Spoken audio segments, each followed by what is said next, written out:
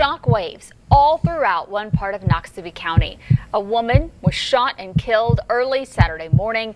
This makes it the second homicide to happen in Macon. You'll remember the Macon Police Department investigating an early morning shooting that left a female dead. Well, the shooting death of Breanna Franklin in Macon has been ruled a homicide, and now her family is speaking out. And what makes her death even more tragic is that her family lost her brother just 2 years ago. Here's a picture of Breanna and her brother. Her family didn't want Breanna to just be another murder victim without a face. I just pray that my sister get the justice that she deserves. Breanna left behind a toddler. Her relatives say the family won't be the same in her absence. Bree is my niece. She spent so much time with me and practically raised her. So just from an aunt point of view, I can only imagine, the toll that's taken on her mother and father. And, just the idea, too, that Bree had a baby, 1 year old, that would never ever see his mother again. And someday we have to learn that this happened to her. And I don't know. The only thing that I think will help is God and counseling.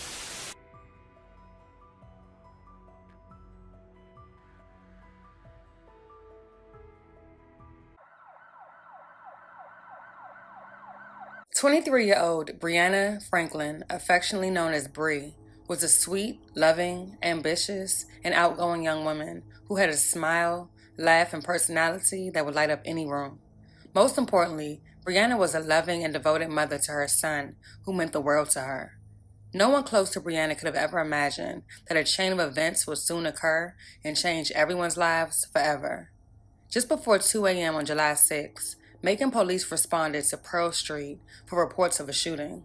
Upon arrival, they would locate an unresponsive female in the passenger seat of a vehicle. Many folks here in this community are fed up with the gun violence. They say it's senseless and it's uncalled for. This shooting happened Saturday, around 1:30 Saturday morning. I talked to folks around the community who say they're scared for their life. It was right down from my house, so I don't even like to go out after dark, like out on the street after dark. I mean, I don't know if it's going to be me that accidentally gets in the way of somebody else shooting. I mean, yes, I dearly love my community, and it's my heart's desire that we could all pray for each other and look to the Lord to get through life. The victim was identified as 23-year-old Breanna Franklin, who was sadly pronounced dead at the scene after succumbing to a single gunshot wound. Sadly, Breanna's brother was also killed just 2 years ago. The two were inseparable, a loss her family is still struggling to cope with. According to Macon police, Breanna and her boyfriend pulled into the parking lot of the Noxubee County Social Services building when a car pulled up beside them, firing a single shot through the passenger side window of the vehicle. Breanna's death was officially ruled a homicide. Breanna's family was left heartbroken. This was so unexpected. Who would want to hurt Breanna of all people? Either way, they say their family will never be the same again, and at this point, they just want justice to be served. Although the family has been receiving comfort and support from some in the community, the pain still runs deep. On the other hand, others have taken to social media to taunt the family, standing divided as a community as to what is right and what is wrong. Breanna was killed, murdered, end of discussion. Her family wants the community to be more compassionate, to stop all of the negative Facebook posts so that they can properly grieve. 23-year-old Breanna Alexis Franklin was killed early Saturday morning in what is believed to be a domestic dispute.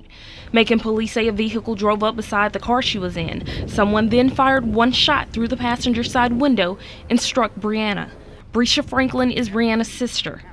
I just pray that my sister get the justice that she deserves. Breanna left behind a toddler.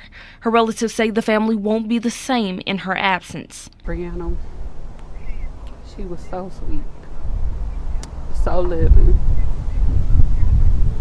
just fun-filled, just outgoing. Like her smile, her laugh would just brighten up the whole room. Breanna, she was smart. She graduated the top of her class with honors. She funny, just loved making people laugh. She had a really good personality, so she was just a great person. Adria Slaughter says the family has been receiving comfort and support from some in the community, but the pain still runs deep. So many people reaching out, so many people, so encouraging words. And we thank them for all of it. But it won't bring her back. Breanna's aunt Diane Hairston says others have not been so gracious, especially on social media. Hairston says her family now needs time to grieve. Right now, the community is divided with what's right and what's wrong. But we all know that Breanna, she was killed, so there's no right and wrong. As far as the community, I just wish that the community would be more compassionate, would stop all the Facebook posting of negative stuff so that we can actually grieve properly. Police would quickly announce the arrest of Breanna's boyfriend's ex-girlfriend, Sierra Sade Latham. Apparently, Sierra had been following her boyfriend around town the entire day before finally taking the opportunity to ambush his vehicle, striking and killing Breanna in the process. Investigators said Sierra left the county and went to hide out at her aunt's house in Columbus. The Mississippi Bureau of Investigation and the Columbus Police Department obtained a search warrant for the home, leading officers to find a gun that matched the shell casings used in the murder.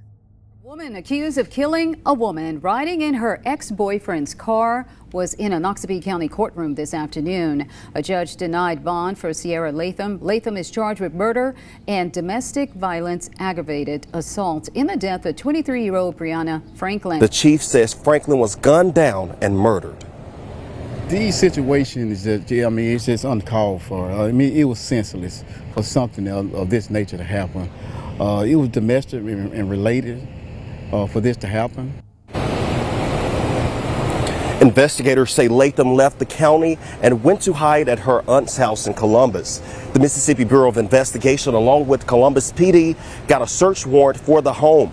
Officers say they found a gun that matched the shell casings used in the murder.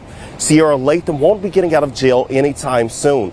A judge ordered her no bond, and she will be held here in the Noxubee County Jail. This was a violent and brutal attack that upset many here in the Macon community. Macon police have charged Sierra Sade Latham with aggravated domestic violence and murder.